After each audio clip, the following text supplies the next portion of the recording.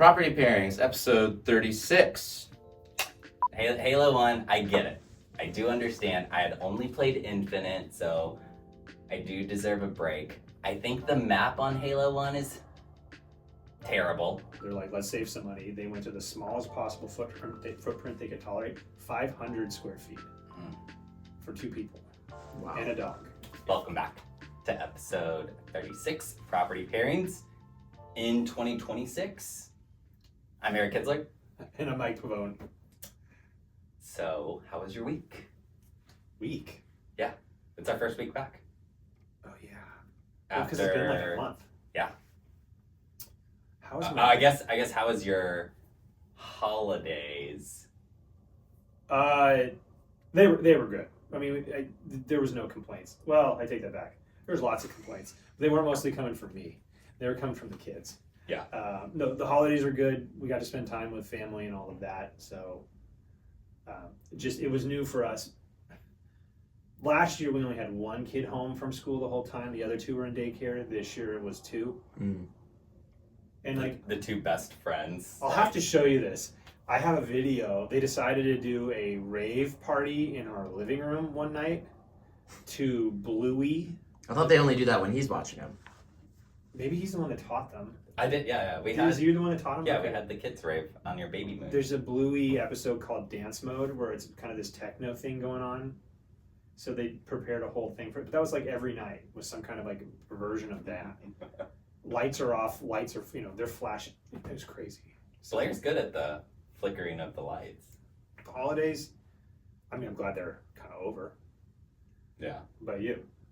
Good. Did a lot of travel. So that was fun. Mm-hmm. London, Scotland, all of the good foods. Was glad to be home though. It was long. It's like 2 weeks for me is a long time to be away from home as someone who does not travel often. Just admit it, you missed being around me. That was, yeah, for sure, like top 50 reasons to come back. Mike's. If you put Jake above me on that, like is he 51 or is he like 49 and I'm 50? Obi's up there. He's a dog. I would just be clumped in with Property Pairings. So Yeah. Property Pairings are above Mike. We need our therapy session. Property pairings. Right. You guys traveled together? We did. Yeah. I got a family cabin back east, and so That's right. we took a run over to that. My parent, he's like family, so Yeah.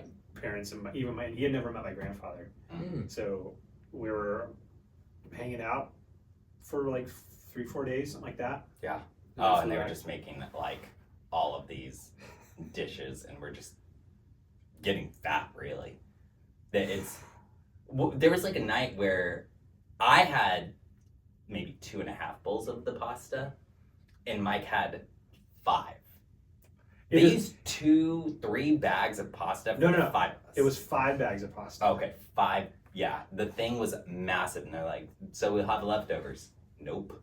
It is my favorite. I should have said that if it was my last meal. It's that dish. Yeah. Actually, now that I had it, because you asked that question before, I'll crush that every year, but I only get it once a year. And so yeah, they made 5 pounds of it, and I probably ate close to 2 pounds of that myself. Wow. Yeah. I didn't feel good afterwards, but it was worth it. Yeah, we ate a lot of stuff, but it's like fun and chill. His grandfather, how old's your grandfather? Like 98? On January 20th, he will be 98. Wow. Yeah, and he is just like doing everything. Good for him. Not like a normal 98-year-old. He's like he's on this like rickety ladder that's probably older than me, and well, maybe even older than you. It's probably, it's older than our And houses. he's got like a shim on it, and he's like hanging this thing up, and I'm like, is Grandpa gonna fall? Like, I need to. And he's just walking up that thing. I'm like, let's get a new ladder. This is dangerous. And I'm watching him like, and I'm like, oh no, we're used to that. That's what he does. That's normal. He'll be fine. He's cool. Yeah. Jeez. He's already he's coming out for Christmas next year. Oh, is he? Mm-hmm. Nice. Good for him. And he's like, I'm so excited. I'm like, he'll be 98, almost 99 at the time, and he's already like, yeah, let's do this. Yeah. We could go off on this because I could tell you all the stories about like he loves he likes to make drinks and serve, and like that's part of kind of an Italian culture too.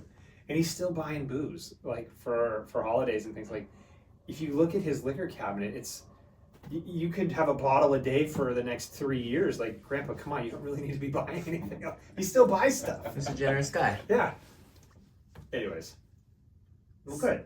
So I do have like an update to make on Halo. Ah, yes. So Mike and I, we played Halo 1, played the campaign, and it was a lot of fun. Halo 1, I get it. I do understand. I had only played Infinite, so I do deserve a break. I think the map on Halo 1 is terrible, but the rest of it was really fun. We played it on Legendary. Oh, wow. Yeah, playing at night. I never not play on Legendary on any of those things. But when you come from Infinite, which is open world, Halo 1, I mean, you're talking about a game that they started making that game in like 1998. So it's you basically go one direction in the maps and then you come back that same direction. That's just how it works. So it is very linear and it's repetitive, but at the time, cutting edge. But it was good. So when we got a lot of like feedback about me playing Halo Infinite and loving it, I do get it. Yeah. I do get it. It was fun. Well, what did we bungle into last night though? Started Halo 2 because we beat Halo 1. So we started Halo 2 Legendary. And it's like, oh, why, when one of us dies, are we both having to restart? I forgot. Oh. I forgot that was how that was in Halo 2. Yeah. That if you play on Legendary and one of you dies, you both go back. I'm like, Yeah, because it wasn't like that in Halo 1. You still got to, like, one of you just was like, okay, stand back. We're going to do this. That's not the case now. So level 1 was an adjustment. Yeah. So when we do attack on one of the prophets, we're going to have a conversation because that part's really hard. Right. I forgot all about those.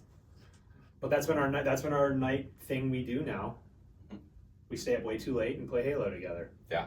Dang. See, you guys should just start playing Fortnite with me because I stay up way too late playing Fortnite with my friends. We'll just do the podcast then. Yeah. Okay, guys, so it's 11 o'clock at night now. We're going to start property pairings or property triplicates now because now we're all I got a team on me. They're pushing me. Do you guys sell real estate anymore? No. No. We do this now. Just internet personalities. Yeah, at first it was like I was adjusting to all the buttons because they changed the buttons out. And so it was very different. I went to like throw a grenade and it was like zooming in. I'm like, what's going on? I went to jump. No, I went to jump and it was zooming in. I'm like, gosh. So I'm doing all that. Mike's like, where are you? And I'm just like, I'm staying back. And then there were times where he's just like, you know what? Just stay back here. I'll take care of this. And I'm like, okay. At one of those points, he's trying to figure out his button layout, and I eventually finish off the guys in the room, the boarding ship or whatever, and I come like, where's Eric? And I come back around the corner, and his character staring at a wall, dual wielding, and just staring at a wall. I'm like, what? But I can hear him working through the button layouts. Because I started on the infinite layout, and so you can't go back and get that. It doesn't allow you. Maybe it does. I just need to spend an hour trying to figure it out. But Recon. You gotta go recon. Someone in the I comments can't is go gonna... backwards now. It's like learning how to type and then being like, hey, we're going to shift the keyboard. We're going to move your spacebar as the delete. You totally can. You get a wider keyboard versus a narrower keyboard. It's like a couple of days like this is awkward and then you figure it out. Okay. Go to recon. It's in all of them. Anyways. So there we are with that. How was your first week back?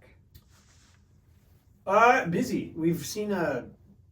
I've seen what about you? I've seen a big bump in people raising their hands and saying, hey, we're ready to go. So Yeah, all of a sudden this week, like 3 buyers are like, let's go now. And setting up appointments. I had a listing, a listing interview today. You had a couple appointments today too. I had one before this and I got one after this, yeah. So it's been good though. Yeah, it's nice to start off the year like that. We did a lot of like social media planning and stuff, getting that all organized for the year. Shout out to Jenny. She's the best. Yeah, she's good. She's great. Yeah. So that's been good. I've been showing several houses this week. Got some agency agreements. Yeah, it's a noticeable increase in. But you were talking about like some like buyer FOMO mentality, right? Well, there's always there's a reason why people are making moves, right? It's not that you just wake up one day and say, I'm gonna go buy a house. Right. I'm getting married, I'm having a kid, we need to upsize, we need to downsize, there's a divorce, there's a death, there's something going on, right? But one of those is also, and there's usually like an amplifying thing, which is like FOMO right now. And that kind of comes and goes, but right now this like, especially, you know, Gen Z, young millennials, Gen Zs, there's kind of sensing that rates are still high, but they've been coming down. And there's affordability possibilities now because homes have been sitting on the market. Can I maybe get a little bit of a break in negotiating with the seller? Potentially now is my opportunity to strike. And so and Eric and I were talking about this, is like when we've been sitting down with these new people that have been raising their hands, there's this kind of undercurrent of like, now's my opportunity. Yeah, they've been waiting and like, okay, what's gonna change? And things are kind of steady since last March, right, when things just kind of started to trickle down for sellers and become more of a like even market for buyers and sellers. Still waiting, and now all of a sudden it's like maybe you don't really enjoy the New Year mentality. I like the New Year mentality, right? You just had this really long vacation during the holidays, and now you're ready to like hit the ground running with this refreshed sense. Yeah, because for me, it's like, it's just the way we think about things. Like it's the turning of a calendar year, sure. In our industry though, like we're already 3 months out thinking about what's coming on in February, March or something like that. Mm-hmm. So that part kind of goes by me. Like we're kind of, for me, it's kind of more this churning along thing. Yeah. But yeah, the FOMO component, you know, sellers have been waiting because they have really great rates and locked in. The current market rates are so high. I'm just gonna wait. Buyers are like, I'm not paying that because the rates are too high, so I'm gonna wait. And then now we're getting into the low sixes, and with some buy downs, you're into the fives. Yeah. And when you see a 5 in front of your interest rate, big psychological change. It is, yeah. I wonder why that's such a huge difference. It's like the $19.99 versus the $20, right? It's like the Walmart, Yeah. Walmart mentality. Yeah. I honestly, I'm sure someone's probably done the homework on it. Yeah. When I started in the business, rates were in the 6s, and then they kind of precipitously came down, and then they went back up, and then floated around a little bit, and then inflation hits and all of that. I've seen 6s before. I lived 6s for years. Mm-hmm. Doesn't affect me, but then I think about, okay, what's the horizon people are looking at? They have a recency bias. There's a fear of missing out. Do you remember what your rate was when you bought your Issaquah townhouse? I want to say it was around 5. Okay.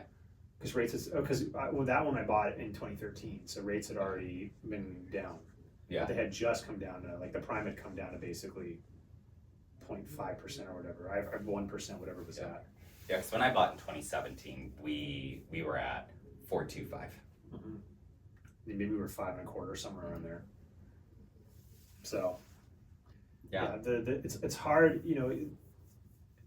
One thing that we've been really working on is making sure to kind of really drill down and identify like what is causing someone to move, because that is so important to get that visibility into what were you needing in the next place, and then what's that layer on top of it maybe that's kind of amplifying that. You know, you either knew you were getting married for like a year or so, but what was the thing that caused you to tip over and say, okay, now is the time. Like the sellers I talked to today, they were in a 3-bedroom, 1,800 square foot home, and they have 2 kids now, and one of them works from home, and it's like, it's too small for us. We need something else. Yeah. So they bought something larger for their family, and now they're ready to sell their listing and see how that goes. And then I think the people you were talking with, the ones I was just on the phone with, the Zoom call with, knew they were getting married, combining a household. They're like, let's save some money. They went to the smallest possible footprint they could tolerate, 500 square feet. for 2 people Wow. and a dog. Yeah. And all the and 500 square feet for 2 households that come together into. And they've made it work, but they're over it. They're definitely over it. Do you remember when you went from something really small and then you got something massive and you're like, what am I even gonna put in this area? Yeah. Yeah. I had rooms that just sat empty for like years. My cat has a room in my house right now. Yeah. Really. It's like the cat / donation room. We had a room in our other house where there was nothing in there, and we're like, I don't know what to put in there. Well, we'll probably have kids at some point, so we'll just leave that for them. And then And boom. And then they filled it. Wow. But yeah, it sat empty for a while. There was no chair in there. It was just an empty room you walk through. You know what I've found very interesting? So I have a listing. It was a condo listing. We listed in March. The market did its thing, so we decided to take it off. We relisted, I think, I don't know, September, October. No showings. Middle of December. We've gotten significant amount of showings. Is that since Seattle? December. Yeah. LA? Yeah. Just today, 2 more showings popped up for tomorrow. So buyers are out there, which is just very interesting to me. We had something kind of like this in like 2017, 2018, somewhere in there. You had like this really accelerated peak on pricing and then a kind of intercycle dip. I'm wondering if it's something like that. And then you're kind of hearing about some things that the federal government are going to try to do to get rates down, kind of quasi-quantitative easing type deal. Interesting. To put some money into the market in order to get the rates down further to make home buying more of a viable option. So yeah, 2026 could be really interesting in that regard. Yeah, one of the bigger news items was investment companies not being able to buy residential real estate. I don't even know what the numbers are and how many units they have. Yeah, like BlackRock was just gobbling them up, and so now that essentially just frees up inventory for actual buyers. Mm-hmm. I don't know if it's in the millions. I'm not sure, but it's not a small number of homes that are just sitting locked up in investments. Wow. Yeah, It's huge. that'll be good. Investments meaning someone who's basically just looking to like buy it up and then rent it out to long-term renters. A company. A company company. will do it. Yeah, It's not yeah, a person yeah. so much as a company. Yeah, we could still buy rental investment properties, but like big investment firms, like When you can't compete with that. And Right. their play is so long, it's such a long-term play, it doesn't really matter for them. Yeah.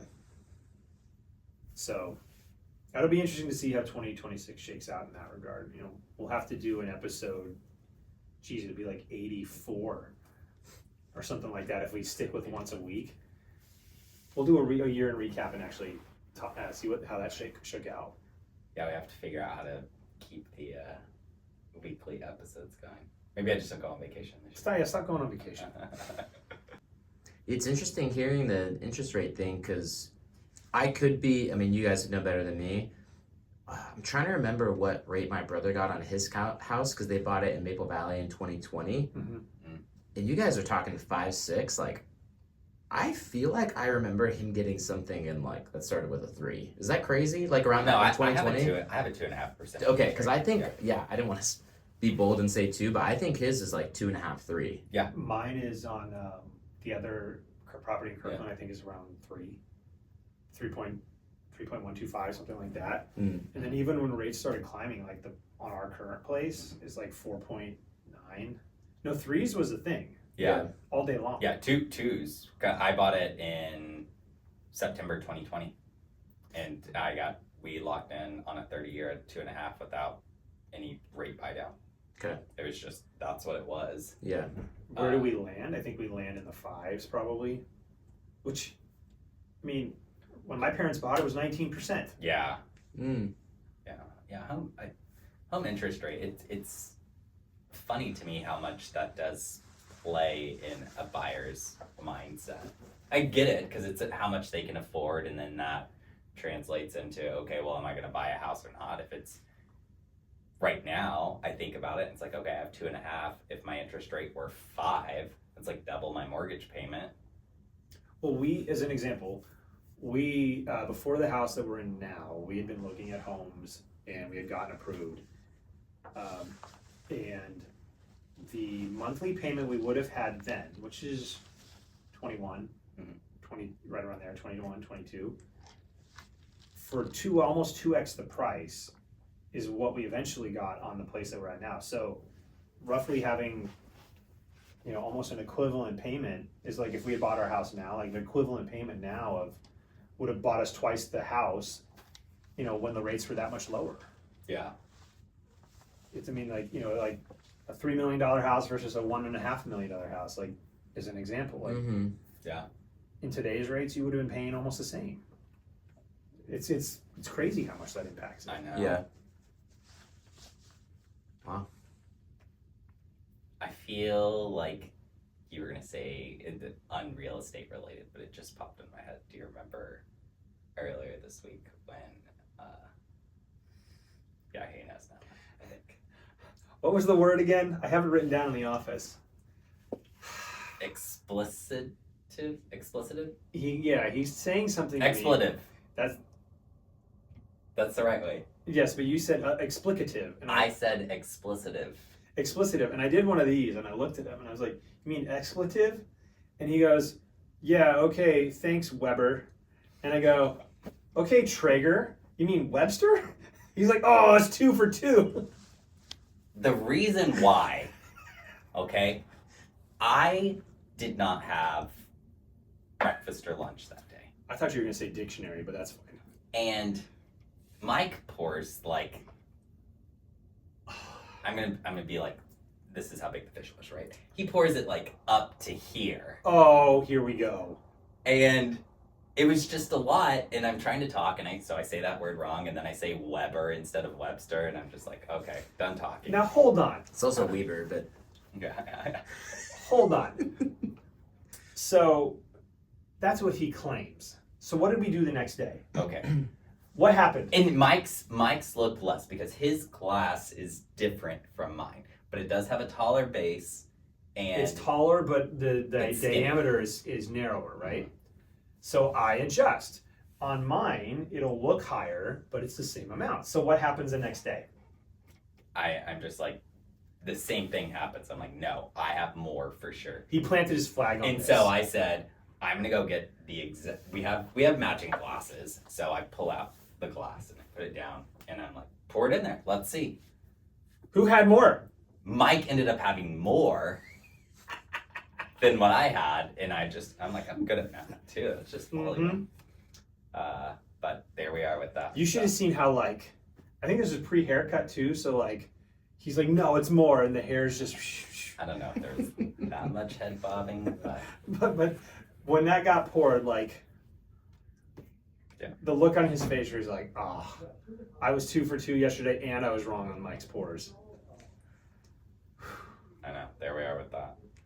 I was gonna bring that up, but thank you. That made my day. I know. I figured that would give you a little smile. I missed him. It was a long time. Like Mike and I, it's probably a week max, maybe in the last 5 years, right? And then this was like a whole. Well, and I didn't want to bother him. Like, this is a good trip. You're going to see a friend and hanging out and outside of the country. But I did send a couple memes your way or reels and stuff. But I was like, I'm not going to bother him while he's on a trip. But yeah. I would come into the office like, do you miss the gals up front? Do you miss Eric? No. No. That's funny. I was super productive though. Yeah. Yeah. Like, not that we aren't normally, but when I don't have you to be like that counterpoint of energy with. This doesn't sound like a compliment. It is a compliment. Like, I'm like, oh, look, I did 8 hours of work in 30 minutes because I'm not showing him reels and stuff and things like that. Yeah, it sounds like more of a him thing of, I'm not tempted to distract myself through Eric. Mhm. Yeah. Okay. Missed you. I'm gonna try to take that as a compliment. It was a compliment. Did miss you though. Likewise. Yeah. I missed you too, Mike. Kids Is that the missed first time you ever heard that? Kids missed him too. Yeah, it was good to go see them. That was a lot of fun. He came over. I was like, come on over, and I come through the door with Blair. Is that who I came home with? Mm-hmm. And I go to putting the stuff away, and when I come back, he's like, they're already just sitting in his lap, literally lounging, leaned back on him like this, just looking at his phone like it's their phone. Yeah, they're looking at all my photos from the trip. That's awesome. My buddy takes like hundreds of photos, so he would send them all to me, and then I have them. It's like 80 photos Of dinner. me of the same thing. So we've been talking a lot about buyers and sellers, especially in this new year. What are your thoughts on staging? Is it worth the money or not? Definitely worth the money. I think staging just helps add value to the home. People can picture where their furniture would go in the house, and that really helps the whole layout and flow when people are walking through the home. It's hard to go into a large room that's just empty and know where things should go. But if you already have it kind of placed, then that really helps the whole vision of a buyer seeing themselves there. And that's something we kind of really pride ourselves on, is making sure that when we're getting a home ready for sale, that we put that context of like how you see yourself here really at the forefront. And when we're walking homes with buyers, we also make sure to remind them, hey, this home's staged. So bear in mind that big 18-person sectional you have has to fit in this tiny little space. So we really spend some time on that. Yeah.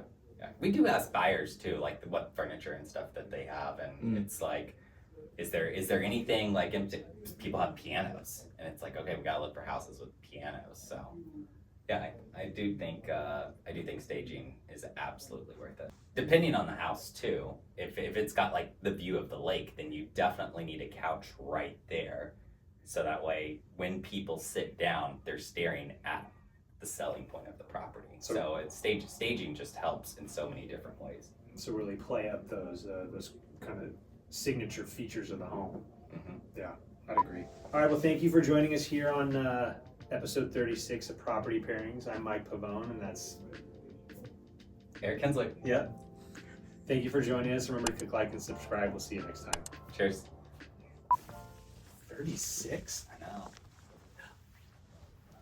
Wow. I was like, that's how old I am, but I'm 37. Yesterday at tennis, the guy was like, how long have you been playing? And I said, well, I played in high school 20 years ago. And he was like, not 20 years ago. I was like, no, 20 years ago. How old are you? I was like, 37. And he goes, I thought you were like 26. Oh, God. I know. I meant to tell you last night and I forgot. It's probably the haircut. He got a haircut. It makes you feel like baby face now and It was all kind that. of mullety. And he's turning into like Duck Dynasty.